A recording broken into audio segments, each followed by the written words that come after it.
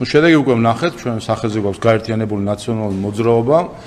იგივე სახეები, რომელმაც საქართველოში წამების, ბიზნესის რეკეტის და მედიის მიტაცების სისტემა შექმნეს, ზუსტად იგივე სახეები დღეს კვლავ გაერთიანდნენ და ცდილობენ ზუსტად იგივე გეგმით, რომელიც მაშინ ჰქონდათ, თქვენს კიდევაც რომ გეგმები ხელისუფლების გადაბარების უნდა წარუდგინონ თავის უცხოელ პატრონებს და ამ უცხოეთიდან მიღებული დავალებების შესაბამისად იმოქმედონ. კიდევ ერთხელ ეს არის ყველაზე კარგი ილუსტრაცია, მე მგონი მადლობა გეთქვით მათთვის, რომ ეს თამაშები, რომელიც მათ ჰქონდა თითქოს ნაციონალური მოძრაობა, გაიყო, გაიშალა თუ ასე შემდეგ, ეს თამაშები დასრულდა და გვაქვს კვლავ გაერთიანებული ნაციონალური მოძრაობა და უფრო ცხადი გახდა ჩვენი მოსახლეობისთვისაც თუ რა ძალასთან გვაქვს საქმე.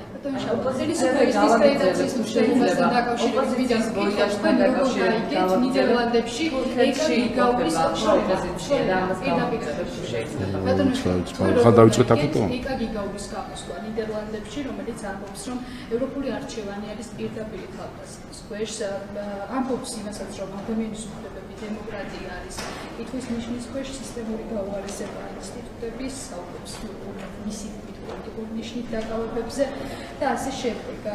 ამბობს იმასაც, რომ ჩვენ არ გთხოვთ, რომ ჩვენს ნაცვლად იბრძოლოთ, უბრალოდ გთხოვთ მხარდაჭერას. აი ეს განცხადება ადასტურებს თუ არა იმას, რასაც თქვენ მთელი ამ დროის განმავლობაში ამბობთ, რომ ოპოზიციის გარკვეული ჯგუფები ცდილობენ მხარდაჭერის მოპოვებას გარდაძალებისგან. თავისთავად ეს აჩვენებს, რომ ეკა გიგაური და მსგავსი ოპოზიციონერები ცდილობენ, რომ უცხოეთის ჩარევით მოიპოვონ ხელისუფლება. ასევე შეგახსენებთ, რომ ეკა გიგაური გახლავთ ესტონეთში რეგისტრირებული ორგანიზაციის ხელმძღვანელი და ამითაც თავისი სრული ილუსტრაცია გააკეთეს, ისინი ფორმალურად დღეს უკვე არიან უცხო ქვეყნის ინტერესებით მოქმედი ჯგუფები და ამგვარი საქმიანობა მოკლედ არ არის ახალი არაფერი არ არის ნამდვილში. ისტორია, ვისაც აქვს საქართველოს კარგად ნასწავლი, ასე ხდებოდა ისტორიულად ყოველთვის სხვადასხვა ქვეყნების, იმპერიების თუ ასე შემდეგ დედაქალაქებში ჩადიოდნენ ქართველები იმისთვის, რომ იქ მოეპოვებინათ მხარდაჭერა საქართველოში ხელისუფლებაში მოსასვლელად. ყველაზე ახლო წარსულში ეს იყო საბჭოთა კავშირის დროს, როდესაც მოსკოვში გარბოდნენ ქართველები, რომ სხვადასხვა თანამდებობები მიეღოთ და ხელისუფლებაში ყოფილიყვნენ. დღეს ზოგიერთისთვის ეს არის, არ ვიცი, ჰააგა და ბრიუსელი. ასე რომ ეს არის მხოლოდ კიდევ ერთხელ ილუსტრაცია უცხო ინტერესების მოქმედი ჯგუფების, ასე რომ პირიქით ამითი კიდევ ერთხელ უფრო ნათლისმცემია ჩვენი საზოგადოებისთვის თუ ამჯერად თურქეთის ვოიაჟზე უნდა ვკითხოთ, იმის მაგივრად, რომ რეგიონში ხალხს შეხვედრობდნენ, მოკლედ თინა გოგუჩავა, ლევან სანიკიძე, თამარ ჩერგოლიშვილი იმყოფებიან თურქეთში, ამბობენ, რომ პოლიტიკური საკითხების მიზნით იმყოფებიან, თუმცა სხვა რამეს არ ასახელებენ. თქვენ როგორ აფასებთ ამ სტრატეგიას? ჩვენ ახალ აღნიშნეთ საქართველოს დამოუკიდებლობის რეფერენდუმის 35 წლისთავი 31 მარტს და ძალიან სიმბოლური არის, რომ ხედავთ დღეს ჩვენ იმ ჯგუფებს, რომელიც საქართველოს დამოუკიდებლობას ებრძვიან. ესენი არიან ჯგუფები, რომლებიც საქართველოს სუვერენიტეტის და დამოუკიდებლობის წინააღმდეგ მოქმედებენ, ვინაიდან მათი პოლიტიკური გზა არის გზა უცხოელების დახმარებით ხელისუფლების შეცვლისა, არადემოკრატიული გზით. ასე რომ დღეს ეს არჩევანია ნაციონალურ მოძრაობამ, კვლავ გაერთიანებულმა ნაციონალურ მოძრაობამ კიდევ ერთხელ გვაჩვენა ჩვენ, რომ არჩევანი დგას დამოუკიდებლობის მომხრეებსა და დამოუკიდებლობის მოწინააღმდეგებს შორის. გაერთიანებული ნაციონალური მოძრაობა თავის ხელისუფლებაში ყოფნის დროსაც აჩვენებდა, რომ რას ნიშნავს, როცა არ ხარ დამოუკიდებელი ქვეყანა და მოქმედებ უცხოელების დავალებით და რა ამბებშიც გახვია ნაციონალურ მოძრაობამ ხელისუფლებაში ყოფნის დრო საქართველოს ომების ჩათვლით და კრიზისების ჩათვლით. აი ეს არის ზუსტად რასაც ნიშნავს არ იყო დამოუკიდებელი ქვეყანა და არის დამოუკიდებლობის მომხრე ქართველი ერი, რომელმაც ქართულ ოცნებას მისცა სახელმწიფო მანდატი და რომ სწორედ ჩვენმა დამოუკიდებელმა გადაწყვეტილებამ მიგვიყვანა ჩვენ იქამდე რომ გვაქვს ეკონომიკური ზრდა და ეკონომიკური კოლაფსი როგორც ამას დამოუკიდებლობის მოწინააღმდეგეები მოგვიწოდებდნენ სანქციების დაწესებით და რუსეთთან ესკალაციის გზით და გვაქვს ჩვენ შესაძლებლობა რომ ჩვენი ეროვნული ინტერესები წავწიოთ წინ. კიდევ ერთხელ ეს აჩვენებს ეს არის მაგალითი რას ნიშნავს იყო საქართველოს დამოუკიდებლობის მტერი და გაერთიანებული ნაციონალური მოძრაობა არის საქართველოს დამოუკიდებლობის მტერი, ამიტომ დადიანის სხვადასხვა ქალაქებში საზღვარგარეთ და ამიტომ ცდილობენ რომ უცხოური დახმარება მიიღონ იმისთვის რომ საქართველოს და ამას პირდებიან ხო პირდაპირ ხო ამას ეუბნებიან რომ ჩადიან დადიან გეგმით როგორ მათი ხელისუფლების მოშლის შემთხვევაში როგორ მოემსახურება საქართველოს და ქართველი ხალხი უცხო ქვეყნების ინტერესებს ნახოთ ვისი დარწმუნება შეძლებენ არ არის ეკლესიასთან დაკავშირებით შეტევა ეკლესიაზე ჩვენ ვხედავთ არასამთავრობო ორგანიზაციებს ასევე ოპოზიციას და ეს კოლაფსი და ახლა ამ შემთხვევაში ხო რაც კი ჩვენ საუბრობთ და საუბრობთ რომ მნიშვნელოვანია რომ არავინ ჩაერიოს ეკლესიის გადაწყვეტილებებში და მათ შორის იმ გადაწყვეტილებაში რომელიც ჯერ წინ აქვს წმინდა სინოდს და ასევე იქვე განვაცხადეთ რომ ჩვენ ძალიან დეტალურად დავაკვირდებით ვინ შეეცდება ეკლესიის საქმეებში ჩარევას. დღეს შეგვიძლია უკვე ვთქვათ რომ არის გარეჩარევის მცდელობები. ხედავთ ჩვენ რომ მაგალითად უცხოური დაფინანსების მქონე პარტიული პროპაგანდისტული ჯგუფები, რადიო თავისუფლება, ტაბულა პირდაპირ ერევა სინოდის საქმიანობაში, პირდაპირ დაწყებული აქვს კამპანია კონკრეტული სასულიერო პირების წინააღმდეგ, ჩვეულებრივი საარჩევნო კამპანია აქვს რადიო თავისუფლებას, ტაბულას და ონლაინ გამოცემებს, სხვას პუბლიკას, ნეტგაზეთს და ასე შემდეგ. აქვს პირდაპირი საარჩევნო კამპანია სხვადასხვა სასულიერო პირის სასარგებლოდ თუ საწინააღმდეგო. ეს არის ზუსტად იგივე მეთოდი, რასაც ჩვენ ხედავდით 2024 წელს, როდესაც ევროკავშირის წარმომადგენლები ერეოდნენ საქართველოს არჩევნებში, როგორც ევროკავშირის ელჩი ერეოდა 2024 წლის საქართველოს პოლიტიკურ არჩევნებში, დღეს ხედავთ ჩვენ მათ შორის დიდი ალბათობით ევროპული ფულით დაფინანსებული ორგანიზაციების მხრიდან ჩარევას საქართველოს ეკლესიის საქმეებში და კიდევ ერთხელ ჩვენ ამას ძალიან დეტალურად ვაკვირდებით. აქედანვე უნდა იცოდნენ ყველამ, მათ შორის უცხოელებმა, ვინც ამ ყველაფერს აფინანსებს, ეს ყველაფერი აღირიცხება, ამ ყველაფერს ვაკვირდებით და რა თქმა უნდა ყველაფერზე გვექნება რეაგირება.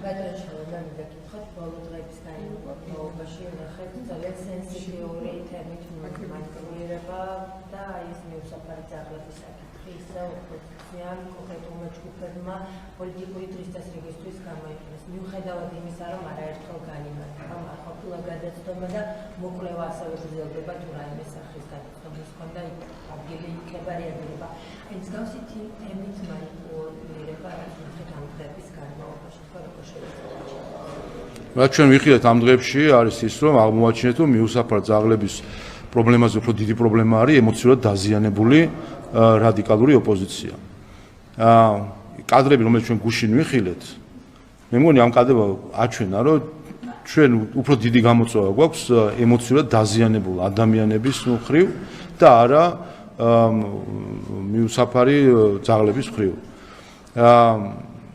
აბსოლუტური ისტერია, რომელიც ჩვენია რადიკალებს ყველა საკითხთან დაკავშირებით და აბსოლუტური არაადეკვატურობა, რომელიც ჩვევია ზოგიერთ ჯგუფს ამ საკითხთან დაკავშირებით. ამიტომ მე მგონი ეს პრობლემა უფრო დიდად დაგვანახა, რომ ჩვენ ყავს ემოციურად დაზიანებული ადამიანების ჯგუფი რადიკალური ოპოზიციის სახით, რომელსაც სხვა სახის დახმარება სჭირდება. მათ ჩვენ ვერც პოლიტიკურად დავეხმარებით, ვერც ვერანაირად ვერ დავეხმარებით, მათ სჭირდება სხვა სახის დახმარება. ის კადრები კიდევ ერთხელ რაც ჩვენ გუშინ ვიხილეთ, ქცევა, შეჭრა, თავდასხმა, ეს არის აბსოლუტურად აცდენილი ყოველგვარ ადეკვატურ ქცევას და მაშინ როდესაც თან ამ ყველაფერს მოწმედად საზე აკეთებენ, ცდილობენ რომ ნახეთ ჩვენ სამინისტროს და სააგენტოს დეტალური განმარტებები ყველა საკითხთან დაკავშირებით და კარგია რომ კიდევ უფრო დეტალურად საათობრივად ხდება ნახეთ თქვენს განცხადებები მითითება სად როგორ რანაირად ვის რომელი ძაღლის აყვანა ხდება რაზე დამუშავება სად ხდება დაბრუნება იმდენად არაადეკვატური ხალხთან გვაქვს ჩვენ საქმე რომ ასეთი დეტალური ინფორმაციების ასე ვთქვათ გამოქვეყნებაც არის გახდა საჭირო კიდევ ერთხელ ეს კიდე ერთი საფნის ბუშტი რომელიც გაუსკდა ხელში რადიკალურ ოპოზიციას მაგრამ ჩვენ კიდევ ერთხელ შეგვჭა ხელში ემოციურად დაზიანებული რადიკალური ოპოზიციის სახე რომელსაც ჩვენ პოლიტიკურად ვერაფერს ვეღარ უშველით მათ უცოტა სხვა სახის დახმარება სჭირდება. ბატონო, მე გითხავთ სინოდთან დაკავშირებით დღეს სხდომა იმართება, მაგრამ სინოდზე მეტად უფრო მინდა გითხოთ თვითონ ეკლესიის მიმართ და წინააღმდეგ თავდასხმაზე რასაც ხედავთ. თქვენ ამბობთ რომ არ ჩაერევთ სინოდის განხილვაში და იმ პროცესებში რაც იქ მიმდინარეობს, მაგრამ ვერ ვიტყვით ამას სხვებსაც. ხედავთ შეურაცხყოფას, ცილის წამებას და ასე შემდეგ. რა არის ამ ყველაფრის მიზანი და ამოცანა? მიზანი არის რა თქმა უნდა რომ ნებისმიერი ინსტიტუცია რომელიც ახსებობს ქვეყანაში დაექვემდებაროს გარე გავლენებს ეს არის მთავარი მიზანი როდესაც ებრძვიან პარლამენტს მთავრობას სხვადასხვა სასამართლოს სხვადასხვა ინსტიტუციებს სახელმწიფო ინსტიტუციებს ყოველთვის მიზანი საბოლოო ჯამში გამოჩნდება ხოლმე და იკითხება რო არის რომ დაუქვემდებარონ უცხოურ გავლენას და ახლა არის მცდელობა რომ ქართული ეკლესიაც დაუქვემდებარონ უცხოურ გავლენას. ჩვენ ხედავთ პირდაპირ კამპანია აქვს მამუკა ხაზარაძის და მის ტელევიზიას გაშლილი საარჩევნო კამპანია იმისთვის რომ ასე ვთქვათ მოახდინოს დისკრედიტაცია სხვადასხვა სასულიერო პირების და ზოგადად ეკლესიის და ნახეთ ჩვენ რომ პატრიარქის გარდაცვალების შემდეგ ჯერ გლოვა იყო როდესაც მამუკა ხაზარაძე ტელევიზიას პირდაპირ ქონდა ანტიეკლესიური კამპანია გაჩაღებული მათ შორის გარდაცვლილი პატრიარქის წინააღმდეგ ჩვენ ნახეთ ამ დღეებში როგორ არჩევენ რესპონდენტებს ადამიანებს რომელსაც უბრალოდ სძულთ ქართული ეკლესია ისინი არიან მამუკა ხაზარაძის მთავარი პერსონაჟები მის ტელევიზიაში ჩვენ ნახეთ როგორ ზულთ ადამიანებს კონკრეტული სასულიერო პირები ზულთ ეკლესია და მათ შორის არ არიან ამ ეკლესიის წევრები და არიან სხვა ეკლესიის თუ კონფესიის წარმომადგენლები და რატომღაც მათი სასაუბრო გახდა დღეს ქართული მართლმადიდებელი ეკლესიის გადაწყვეტილებები ამიტომ კიდევ ერთხელ ყველაფერს ამას ვაკვირდებით ყველაფერს ამაზე იქნება რა თქმა უნდა სათანადო რეაქცია და განსაკუთრებით დეტალურად ვაკვირდებით უცხოურ ჩარევას ჩვენი ეკლესიის საქმიანობაში პირდაპირ ხედავთ რომ მაგალითად ტაბულა რადიო თავისუფლება რომელიც უცხოეთიდან ფინანსდებიან რომ მათ პირდაპირ აქვთ პროპაგანდისტული ანტიეკლესიური კამპანია გაჩაღებული ქართული მართლმადიდებელი ეკლესიის წინააღმდეგ იმისთვის რომ მოახდინონ ცალკეული სასულიერო პირების დისკრედიტაცია ზოგიერთი სასარგებლო თუ საწინააღმდეგო საარჩევნო კამპანია პირდაპირ გაჩაღებული ამ პროპაგანდისტულ მექანიზმებში. ერთსაც კითხავს ბატონო შალვა, ამერიკასთან დაკავშირებით კითხავთ გადატვირთვის თაობაზე, რუბლის არის შემდეგ ეთდებოდა პროგნოზი, რომ ქვეყანას შორის ურთიერთობების გადატვირთვის პროცესი დაწყებულია, რას ელოდებით ამ თვალსაზრისით უახლოეს პერსპექტივაში? ჩვენ მე მგონი ქართული საზოგადოება რომელმაც საკმარისი სიბრძნე გამოიჩინა მთელი ამ პერიოდის განმავლობაში, რაც ჩვენ არეულ სამყაროს ვაკვირდებით უკრაინაში ომის დაწყების შემდეგ, ამ არეულობაში ქართველი ხალხი აღმოჩნდა ერთ-ერთი ყველაზე ბრძენი ხალხი და რომელმაც მშვიდად და საკუთარ ინტერესებზე ორიენტირებულად გაიარა ეს პერიოდი. სწორედ ამისი შედეგი არის, რომ დღეს ჩვენ შეგვიძლია ძალიან წელგამართულად ვისაუბროთ მათ შორის ჩვენს ამერიკელ კოლეგებთან და ვისაუბროთ იმაზე, რომ ჩვენ გვაქვს ჩვენი ინტერესები და ამ ურთიერთობებში რა თქმა უნდა შევდივართ ჩვენი ეროვნული ინტერესებით. ისევე როგორც ჩვენ ვაღიარებთ, რომ სხვა ქვეყნებს აქვთ საკუთარი ინტერესები და ასე შევდივართ ნებისმიერ დიალოგში. თავად სახელმწიფო მდივანს რუბიოს აქვს გაცხადებული, რომ ამერიკის შეერთებული შტატების ახალი ადმინისტრაციის საგარეო პოლიტიკა ეფუძნება შემდეგ პრინციპს, რომ ისინი აღიარებენ სხვა ერების ეროვნულ ინტერესებს და მათ ესაუბრებიან საკუთარი და სხვა ერების იმ მოცემულობით, რომ სხვა ერები საუბრობენ საკუთარი ინტერესებიდან გამომდინარე. ამიტომ თავარი ამოცანა მარკო რუბიოს მხრიდან გაცხადებული რაც იყო თავარი ამოცანა ამერიკის შეერთებული შტატების ადმინისტრაციის საგარეო მიმართულებაში არის ის რომ იქ სადაც ეს ეძებოს სადემთხოვა ეს ინტერესები ამერიკელი ხალხის და სხვა ხალხების ამ შემთხვევაში ქართველი ხალხის ინტერესები და ამ ურთიერთთანხმდების საფუძველზე ჰქონდეს პოლიტიკური პარტნიორობა.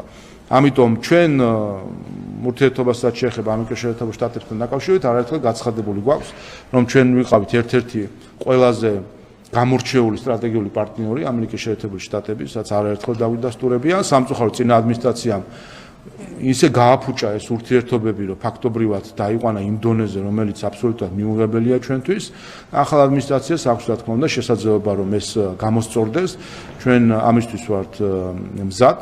და ერთ-ერთი მთავარი ინდიკატორი, რაც ჩვენ ასევე დავასახელეთ, არის სტრატეგიული პარტნიორობის, ახალი სტრატეგიული პარტნიორობის ჩამოყალიბება. ამ თემაზე რამდენიმე დღეს ისაუბრა რუსთავ მერის ეთერში კახა კალაძემ და თქვა, რომ აპრილის თვეში ჩვენმა ველოდოთ სიახლეებს. კონკრეტიკა არ შევტანია ამ საკითხში, მაგრამ ამბობს, რომ იქნება შეხვედრები და სასიხარულო ამბები აპრილში. შეგიძლიათ თქვენ გითხრათ ამ ურთიერთობებში რას უნდა ველოდოთ ამ თვეში? რა თქმა უნდა ის რომ შედგა საუბარი სახელმწიფო მდივანსა და საქართველოს პრემიერ-მინისტრს შორის ეს არის სწორედ იმის მანიშნებელი რომ ქვეყნებს და ხელისუფლებებს შორის ურთიერთობა მაღალ პოლიტიკურ დონეზე ავიდა და ჩვენ გვაქვს ეს მოლოდინი რომ ახლა უკვე მოიძებნოს კონკრეტული გადაწყვეტა იმისა თუ როგორი უნდა იყოს პარტნიორობა ამერიკასა და საქართველოს შორის ასე რომ ჩვენ ამერიკის შეერთებულ აპრილში ველოდებით იმას, რომ ამ საუბრის შედეგად, მათ შორის იქნება უკვე შემდეგი ნაბიჯები ურთიერთობების გადატვირთვისგან მიმართული. ასე რომ ველოდებით რომ ვინმე ჩამოვა სახელმწიფო დეპარტამენტიდან. ნახოთ, ხედავთ თქვენ ბოლო პერიოდში რომ ვიზიტები არის გახშირებული, სხვადასხვა დონის, სხვადასხვა შინაარსის, მაგრამ ერთი მიზნის მქონე ვიზიტები, რომ ის გაფუჭებული ურთიერთობა, რომელშიც მთავარი წვლილი წინა ამერიკის შეერთებული შტატების წინა ადმინისტრაციას მიუძღვის, ეს ურთიერთობები გადაიტვირთოს. ასე რომ ყველა ეს ვიზიტი, რომელიც თქვენ ბოლო პერიოდში ნახეთ, სწორედ ამ მიზანს ემსახურება და ყველანაირი ინსტრუმენტი ტექნიკური შეხვედრებიდან დაწყებული და პოლიტიკური შეხვედრებით გაგრძელებული, რა თქმა უნდა, გამოყენებული იქნება ამისთვის. აი ამ თემაზე როცა თქვენ საუბრობთ, ხშირად აპელირებთ, რომ პირველი საკითხი თუ მიზანი რაც ხარჯულდება საფრთხე ურთიერთობებში არის სტრატეგიული პარტნიორობის აღდგენა. ეს არის მოსალოდნელი უახლოეს პერიოდში. მას შემდეგ რაც ეს მოლოდინი გააჩინა კახა კალაძემ, არსებობდა ასევე მოსაზრება, რომ ასეთი მოლოდინებით ჩვენ ცხოვრობთ უკვე წელიწადზე მეტია, როცა ქართული მოცემა გვაიმედებს, რომ ურთიერთობებს დაალაგებს. და იმის დასადგენად, რომ ეს ასეთი მოლოდინი არ არის ამჯერადაც, გითხარით უფრო მეტი. ანუ სტრატეგიული პარტნიორობა აღდგება უახლოეს პერიოდში, თუ რა შეიძლება გაკეთდეს ინტერესების დამხმარებლად, როცა საუბრობთ, აქ ინტერესები, ამერიკის ინტერესი რეგიონში ვიცით რა შეიძლება იყოს.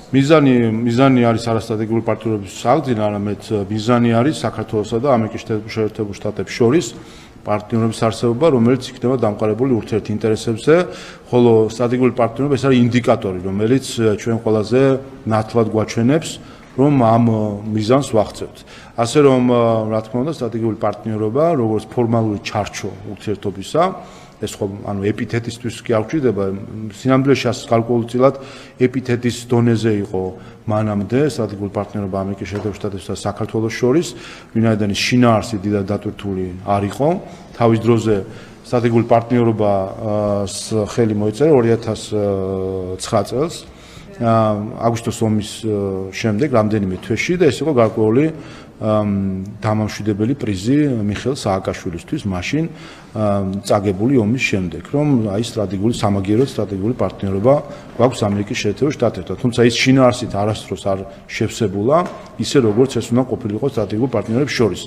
ახლა ჩვენ რაც გვინდა და ამის ინდიკატორი იქნება სწორედ ახალი სტრატეგიული პარტნიორობა და ჩვენი შეთავაზება არის რომ ეს იყოს შინაარსით გაჯერებული ჩარჩო, სადაც ორივე ერების ინტერესებზე დაყრდნობით იქნება შეთანხმებული კონკრეტულად რა მოლოდინები გვაქვს ამ პარტნიორობისგან და რა მიზნები აქვს ამ პარტნიორობას. ჩვენ ვართ ამ დიალოგისთვის გახსნილი ის რომ სახელმწიფო მდივანსა და პრემიერ-მინისტრს შორის საუბარი შედგა აჩვენებს რომ ამერიკის შეერთებული შტატების ახალი ადმინისტრაციაც მოწადინებული არის აქეთკენ ასე რომ ჩვენ კიდევ ერთხელ ეს გვაძლევს გარკვეული ოპტიმიზმის საშუალებას. Რა თქმა უნდა, ცოტა დაიგვიანა ამ ყველაფერმა, ჩვენ გვინდოდა რომ ჩვენი მოლოდინი იყო რომ ამ ყველა გარემოების გათვალისწინებით რომ ახალი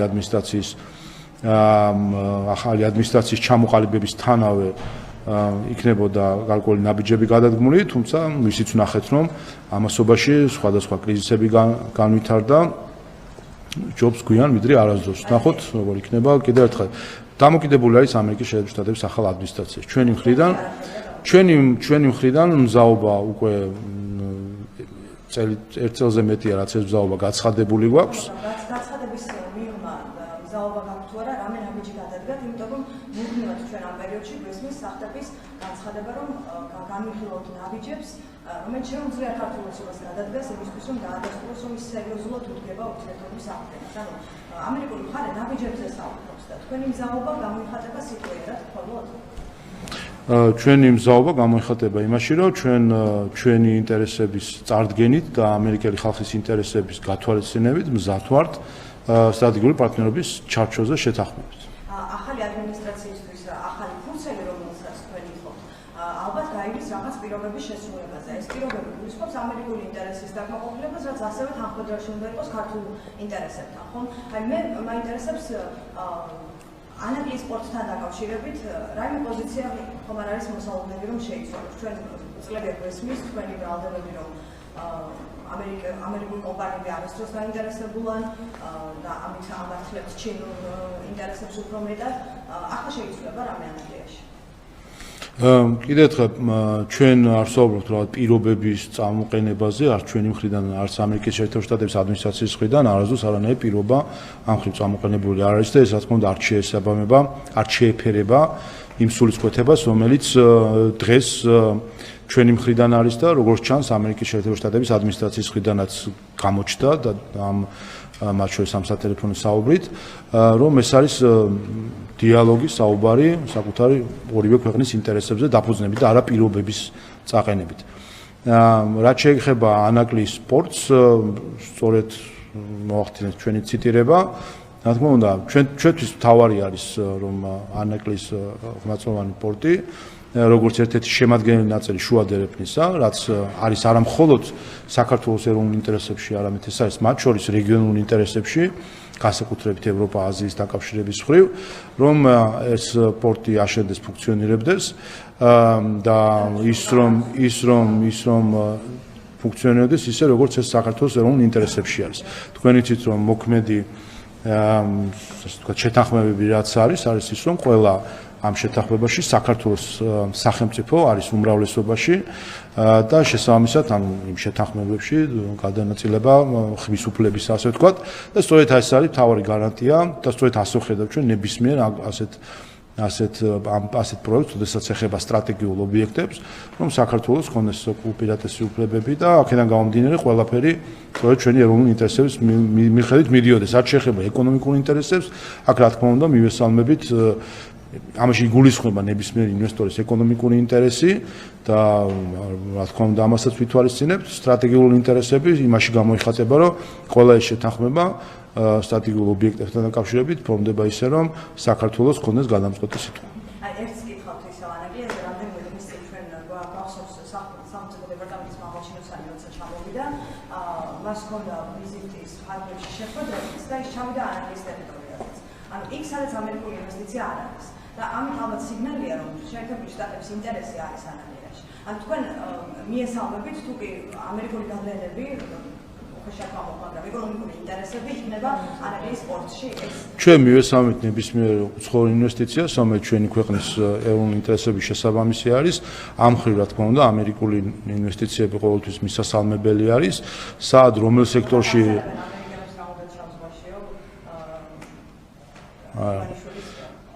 არა, ეს სხვა რამე შეეხებოდა, რომ რამდენად ექნებათ ინტერესიო და ეს გამოჩნდა კიდევაც, რომ სამწუხაროდ ვერ გავუღვივეთ ვერანაირად ინტერესი ამერიკელ ინვესტორებს, მიუხედავად იმისა, რომ მიზანმიმართულად იყო ცდილობა საქართველოს მთავრობისგან და არ დაუკლია არანაირი ცდილობა საქართველოს მთავრობას, რომ დაეინტერესებინა არა მხოლოდ ეკონომიკური, ასე ვთქვათ, ინვესტორები ამ მხრივ, არამედ ამერიკის ხელისუფლება მათ შორის, რომ ამერიკის ხელისუფლებას წაეხალისებინა საკუთარი ბიზნეს სექტორი, რომ ქონოდა ინტერესი ინვესტიცია ჩაედო ანაგლის პორტში.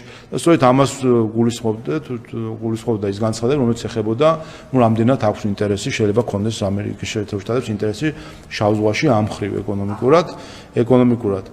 ნახოთ, რასთან დაკავშირებით აქვს ინტერესი ან არ აქვს ინტერესი, სხვა საკითხებია. ზოგადად კიდევ ერთხელ ვთქვა, ნებისმიერი ინვესტიცია მისასალმებელია, რომელიც ჩვენს ეროვნულ ინტერესებს ემსახურება. ამერიკის შეერთებული შტატების მხრიდან ნებისმიერი ინვესტიცია, რა თქმა უნდა, მისასალმებელი იქნებოდა.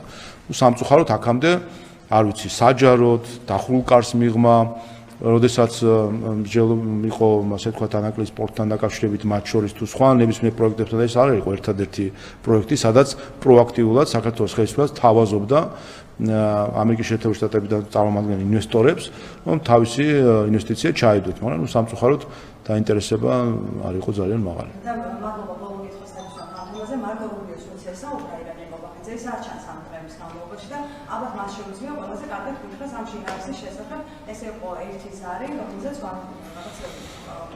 სხვადასხვა ინტერპრეტაცია მომისმინა. მე მაქვს კითხვა ყობახიძე რატომ არ ჩანს ეს დღეები, იმიტომ რომ აზრობ აინტერესებს მისგან რაიმე დაპირება მიიღო თუ არა მარკო რუბიოს მხრიდან მომავალ პერიოდში უფრო მეტად გახმოვდება საქართველოს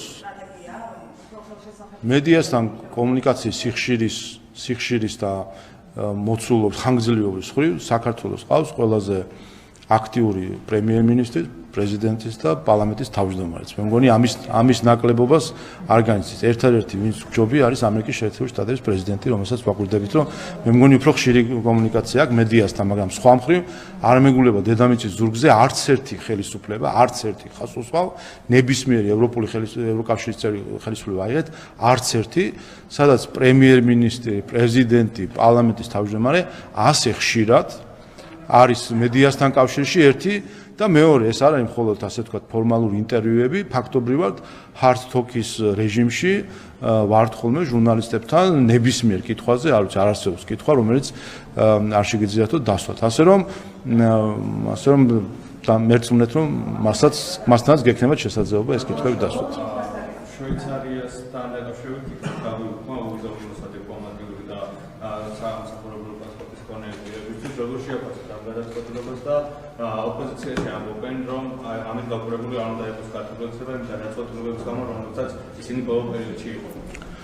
ზოგადად ახლა ეს ტექნიკური ნაწილი იყო, იქიდან გამომდინარე, რომ შვეიცარია არის ასე ვთქვათ ჰარმონიზებაში არ შენგენის ზონასთან, აქედან გამომდინარე ევროკომისიის გადაწყვეტილებიდან გამომდინარე, რა თქმა უნდა, შვეიცარიას ეს გადაწყვეტილება უნდა მიეღო.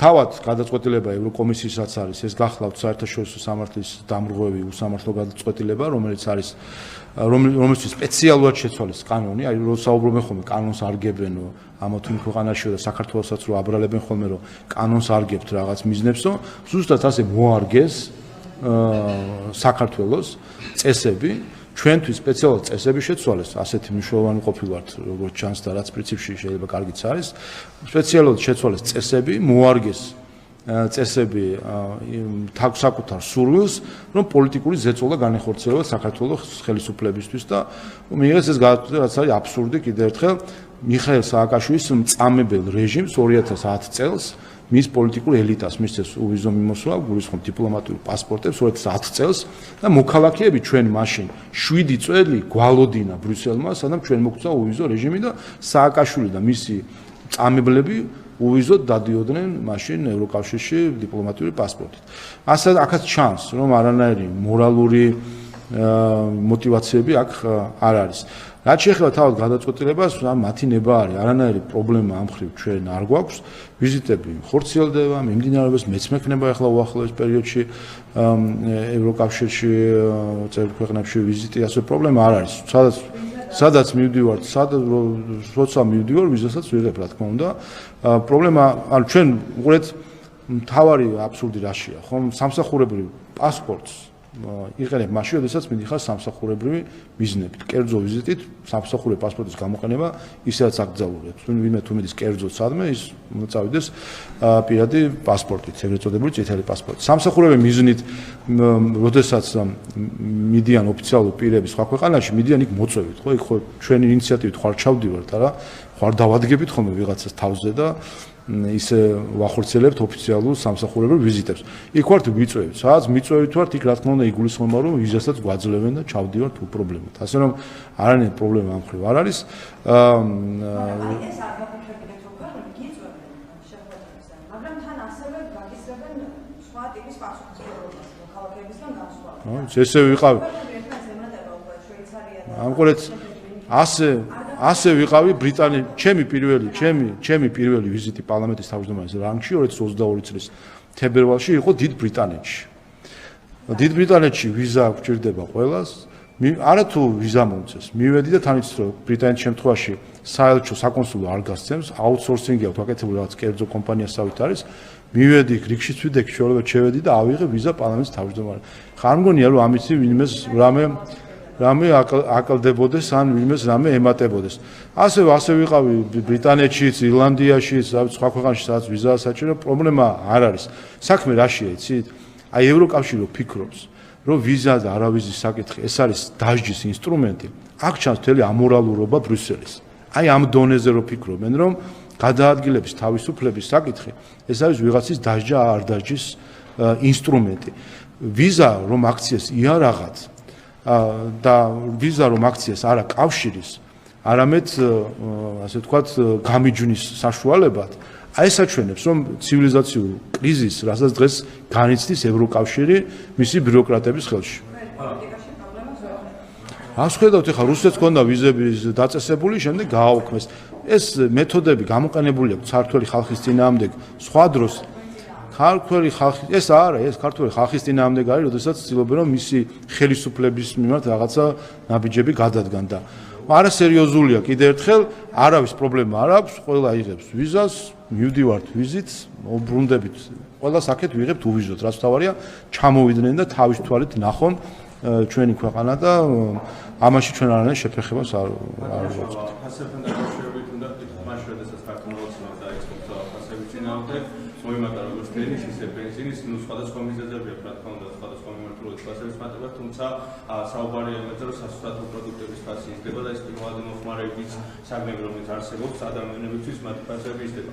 რა გაქვთ ამ შემთხვევაში საქართველოს მოქალაქეებისთვის სათქმელი, როდესაც იწყებს ბრძოლას ფასების წინააღმდეგ, თუმცა იზრდება ფასები რეალურად. არის რაღაც გლობალური მომენტები, რომელსაც ხედავთ თქვენ, რომ დღეს სხვადასხვა მიმართულებით გამოწვეულ მათ შორის ახლო აღმოსავლეთში მიმდინარე ომის შედეგად არის გარკვეული ეკონომიკური ძვრები, რაც ევროკავშირსა და ამერიკის შეერთებულ შტატებზეც ახდენს მათ შორის გავლენას ხედავთ და საწვავის ხრივ, რა თქმა უნდა, საწვავის ფასი ახდენს შემდეგ სხვა პროდუქტებზეც გავლენას, არის გლობალური პროცესები და ამას ვერც ვერაზოს გაიქცე, ვერც ვერაზოს გაურბოდა საქართველოს და ვერც ვერაზოს გაიქცევა. მაგრამ რაც შეეხება სტრუქტურულ გამოწვევებს, რაზეც მუშაობს მათ შორის საპარლამენტო დროებითი კომისია, იცით რომ თვის აპრილის ბოლომდე მუშაობს ეს კომისია, პროდუქტებთან დაკავშირებით ნაწილი უკვე დასრულდა იმ მხრივ, რომ გამოკითხვები დასრულდა, ამიტომ კომისია თავის რეკომენდაციებს ამ მხრივ დადებს და როდესაც გამოჩნდება სტრუქტურული პრობლემა ფასებთან დაკავშირებით, სადაც ნახავთ რომ არის ან არის რაიმე განზრახი რაც რგოლები შემოღებული, რომელიც ხელოვნურად აძურებს პროდუქტს, ამაზე რა თქმა უნდა ჩვენი რეკომენდაციები და გადაწყვეტები გვექნება. და კითხვა გაგისვათ, თუ შეიძლება მზიამაგობას უძრუნველყოფი შეწყება და მოიყვანა არგუმენტად ის, რომ სხვა პატიმრებთან მიმართებაში ეს არ იქნება სამართლიანი. თქვენ როგორ მიიჩნევთ ამდენად სამართლიანი შეიძლება ყოფილიყო ეს გადაწყვეტილება და რა არის პოზიცია ამ შემთხვევაში კომისიის? ეს კომისიის გადაწყვეტილებაა, თუმცა ამ დასაბუთებას, რა თქმა უნდა, აქვს თავისი ლოგიკა, ის რომ ეს იქნებოდა უთანასწორო მოპყრობა პატიმრების მიმართ, როდესაც ერთ პატიმარს იმის გამო, რომ ვიღაც უცხოელი აქვს მის მიმართ სიმპათია, მოეპყროს სხვანაირად, და სხვა პატიმრებს, რომლებიც მიმართაც ყურადღებას არ იჩენენ ეს კონკრეტული უცხოელები, მას სხვანაირად მოეპყრო. ეს უბრალოდ დისკრიმინაცია იქნებოდა, ასე რომ სავარაუდოდ ამ მოტივებითაც ისარგებლა ის ხელმძღვანელა კომისიამ. კიდევ ერთხელ ზია ამოღონეს რაც შეეხება ის დღეს გახლავთ ბრიუსელის პირადი პატიმარი. ბრიუსელი და უცხოელები ზოგადად არიან ამაში დამნაშავე. ბრიუსელია დამნაშავე, ვინაიდან მათ შორის ჩემი მხრიდან არაერთი გაფრთხილების მიუხედავად. ევროკავშირის ელჩისთვის არაერთი წერილი მაქვს ამაზე მიწერილი, რომ ახდენენ ძალადობის ნორმალიზებას და ძალადობის როგორც პოლიტიკური იარაღის ნორმალიზებას. არც ერთი განცხადი დღემდე ბრიუსელში გულისხმობ ახლა ამ შემთხვევაში კოლექტიურად ევროკავშირის სხვადასხვა წარმომადგენლებს, მათ შორის ქვეყნებისა, არც ერთი განცხადება არ აქვს გაკეთებული ევროკავშირის ელჩს მათ შორის დღემდე არც ერთი განცხადება რადიკალური ოპოზიციის მხრიდან ძალადობის როგორც პოლიტიკური იარაღის გამოყენებაზე და სწორედ არ დაგმობა იწვევს წახალისებას და ის რომ პოლიციელზე თავდასხმაზე წავიდა მზია ამაღლობელი არის სწორედ იმისი ბრალი და დამსახურება რომ საკუთარი სიჩუმით წაახალისეს ასე ძალადობას. სხვა შორის ამის შემდეგ ჩვენ ვნახეთ მეორე ასეთი აქტი ბატონი რატიანის მხრიდან, რომელიც კიდევ ერთხელ და ამაზეც მქონდა მე საუბარი ბრიუსელის წარმომადგენლებთან, რომ იმის გამო რომ გაჩუმდნენ მზია ამაღლობელის საქმეზე და ერთი სიტყვით არ დაგმეს ეს ძალადობა, ამან გამოიწვია რატიანის მხრიდან შემდეგ გამეორება იგივე ტიპის ძალადობისა. ეს ერთი, მეორე, როდესაც მიდიოდა უკვე სასამართლო პროცესები, შეთავაზებული იყო საპროცესო შეთანხმება პროკურორის მხრიდან და სწორედ იმის გამო რომ იქ რევიზორებად ეჯდნენ უცხო ქვეყნის ელჩები და მზია ამაღლობელს ასე ვთქვათ აჯერებდნენ და ახელებდნენ რომ შენ იდექი და არაფერზე არ წახვიდე, არც საპროცესო შეთანხმებაზე, არ თქვა რომ პოლიციაზე თავდასხმა არის ცუდი, არ აღიარო რომ პოლიციაზე თავდასხმა არის ცუდი, ამაზე წააქეზეს და ამიტომაც სხვა გამოსავალი პროკურატურას და სასამართლოსაც არ ქონდა გარდა იმისა, რომ გამოიყენებინა საპატიმრო ღონისძიება. ამიტომ მზია ამაღლობელი დღეს გახლავთ ბრიუსელის პირადი პატიმარი და სჭირდებათ იმისთვის, რომ შემდეგ ეს გამოიყენონ საქართველოს ხელისუფლებაზე თავდასხმელად და ხედავთ რომ ხან რეზოლუციას იღებენ, ხან მედალს აძლევენ, ხან რაშვებიან. ერთი ადამიანი გაწირეს იმისთვის, რომ საქართველოს ხელისუფლებაზე ვითომ რაღაცა ზეწოლა განახორციელონ. ასე რომ მთავარი დამნაშავე ამ საკითხში არის ბრიუსელი, რომლის პირადი პატიმარიც არის მზია ამაღლობელი. სუსის რეგიონზე მიდაკეთდა დადაშავა, გუშინ გაიგო რომ ბაღებში, საბავშვო ბაღებში იპარავენ ფულს, უფასოს სასაჯულოებში და გამოძიება არის დაწყებული. მაგრამ მე მაქვს კითხვა, ბაღების ამბავი უკვე მეორე არის ასეთი ახლაურებული, კორუფცია თუ ასე შემდეგ. კახაბაძის პასუხისმგებლობა აღება, კითხვები არ შეიძლება კახაბაძის მიმართულებით, როგორ შეიძლება თბილისის მემა მის დაქვემდებარებაში ყოფილი და მუშაობაში არ იცოდეს კორუფციული ფაქტების შესახებ. ამ ლოგიკით მაშინ ნებისმიერ კორუფციულ ფაქტზე შეგიძლიათ მთავრობის პასუხისმგებლობა დააყენოთ, ანუ უნდა არსებობდეს მიზეზშედეგობრივი კავშირი, ხო, გარკვეულ ხო, მაგრამ მაშინ ნებისმიერ ქვეყნის ნებისმიერ ხელისუფლება ყოველ მეორე კვირას უნდა გადადგეს, მაშინ იმიტომ რომ კორუფციის ფაქტები სხვადასხვა ქვეყანაში რაღაც სიხშირით ყოველთვის გამოაშკარავდება ხოლმე. და იმიტომაც არის ეს სისხლის სამართლის კოდექსში გათვალისწინებული ამ საშუალებით ასეთი დანაშაულები ხდება. საქმე იმაშია რომ ვისი ბრალეულობა არის, ვისი ყურადღება თუ უყურადღებობა არის, ხომ ეს არის საერთო ჯამში განმსაზღვრელი და ყველა ერთი რამე არის ცხადი. ერთი რამე არის ცხადი, მე მგონი ამაზე ყველა თანხდება, უმრავლესობაც ოპოზიციაც, ასეთი მედიაც, ისეთი მედიაც, რომ დღევანდელი უსაფრთხოების სამსახური, სახელმწიფო უსაფრთხოების სამსახური, მე მგონი ატყობთ, რომ მორიდების გარეშე მოქმედებს ის მიზანი, რომელიც პრემიერ-მინისტრმა გააცხადა მისი პრემიერ-მინისტრთა დამტკიცების დროს, იმ მიზნისთვის სამუშაოდ, რომ ნებისმიერი კორუფციული გადაცდომა იქნას გამოვლენილი, დასჯილი იმისთვის, რომ საქართველოს როგორც დღესაც მოწინავე ქვეყანამ კორუფციის სიმცირით 2030 წლისთვის იყოს სამეულში კორუფციის სიმცირის მხრივ. კიდევ ერთი კითხვა მაქვს ირანის ელჩზე, მას ჰქონდა რეგლამენტის წინ მარგო რუბიოს არის შემდეგ ხარის შემცველი განცხადება და დღეს დაპოსტა, რომ ის იმყოფებოდა საგარეო ეროვნულთა სამინისტროს პოზიცია რა არის ზოგადად ერანის ელჩის განცხადებაზე თუ ასეთი განცხადება სხვას რომ დაეკეთებინა სამინისტრო დაიბარებდა ელჩს და ასეთ ბევრი შემთხვევა მინახავს ირანის ელჩის განცხადებებზე რას აკეთებს ან რა პოზიცია აქვს თქვენ თვითონაც თქვით რომ იყო შეხვედრა საგარეო საქმეთა სამინისტროში და რა თქმა უნდა ეს რა თქმა უნდა ამაზეც იყო საუბარი და შეგიძლიათ გითხოთ საგარეო საქმეთა სამინისტროს კონკრეტულად რაზე ჰქონდათ საუბარი. ზოგადად შემიძლია გითხრათ რომ რა თქმა უნდა მნიშვნელოვანია რომ არავინ საქართველო არ არის ასე ვთქვათ მოედანი სადაც შეიძლება ქვეყნებმა ერთმანეთთან ურთიერთობები არ ყვიონ.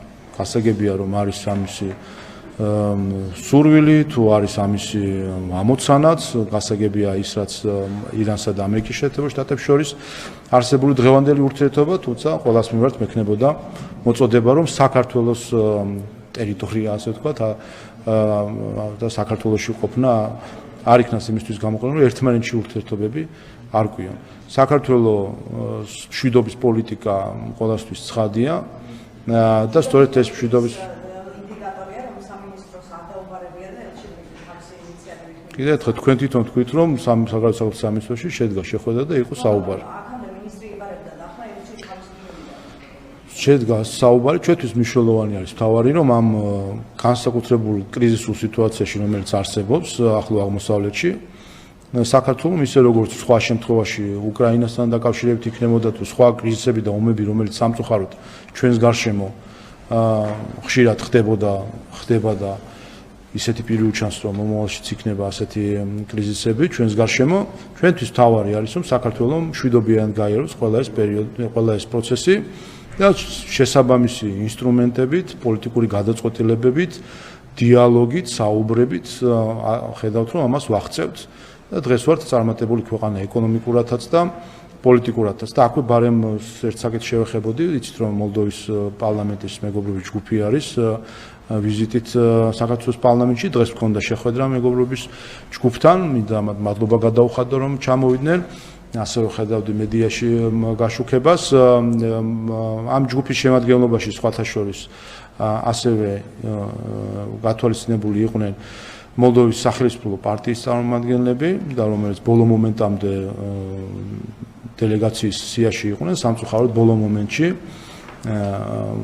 გადაიფიქრეს ასე ვთქვათ ამ დელეგაციაში ყოფნა რაც სამწუხაროა რა თქმა უნდა ჩვენ ყველას მივესალმებით მნიშვნელოვანი არის რომ ჩვენს ქვეყნებს შორის პარლამენტებს შორის დიალოგი იყო მათ შორის მეგობრობის ჯგუფის წევრებმა ამხრივაც საკუთარი წუხილი გამოთქვეს რომ ბოლო მომენტში მოლდოვის ხელისუფლების წარმომადგენლები ასე ვთქვათ გამოეთიშნენ ამ დელეგაციას საუბრობდნენ რომ იყო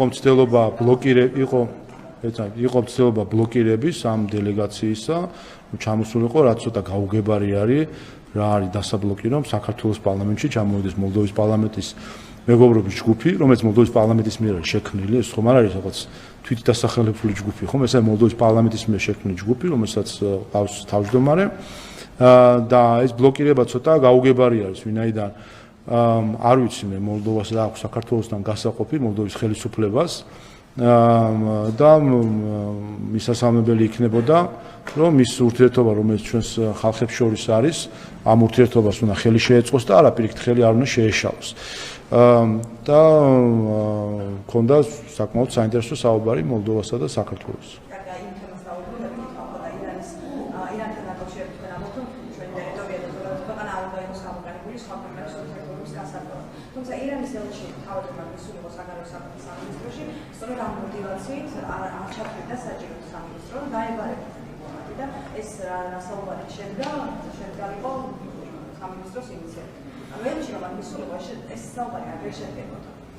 რა თქმა უნდა საუბარი მისვლების გარეშეც არის ხოლმე ერთი და მეორე ფორმები ურთიერთობის დისკუსია ამას განსაზღვრავს საგარეო საქმეთა სამინისტრო იმ საჭიროებიდან გამომდინარე რაც არსებობს ევროკავშირით და ზოგიერთ სხვა ქვეყანასთან ბევრი საუბარი ჰქონდა მანამ სანამ მაგალითად საჭირო გახდებოდა გერმანიის ელჩის დაბარება ისტორიაში პირველად იცით რომ მოხდა მოქმედი ელჩის დაბარება საგარეო საქმეთა სამინისტროში იმიტომ რომ სხვანაირად უკვე შეუძლებელი იყო მასთან კომუნიკაცია და ახსნა იმ წუხილებისა, რომელიც ჰქონდა მისი მხრიდან ვენის კონვენციის დაღუპვასთან დაკავშირებით, ამიტომაც მანამდე სხვა ტიპის საუბრები ბევრი იყო ასეთი.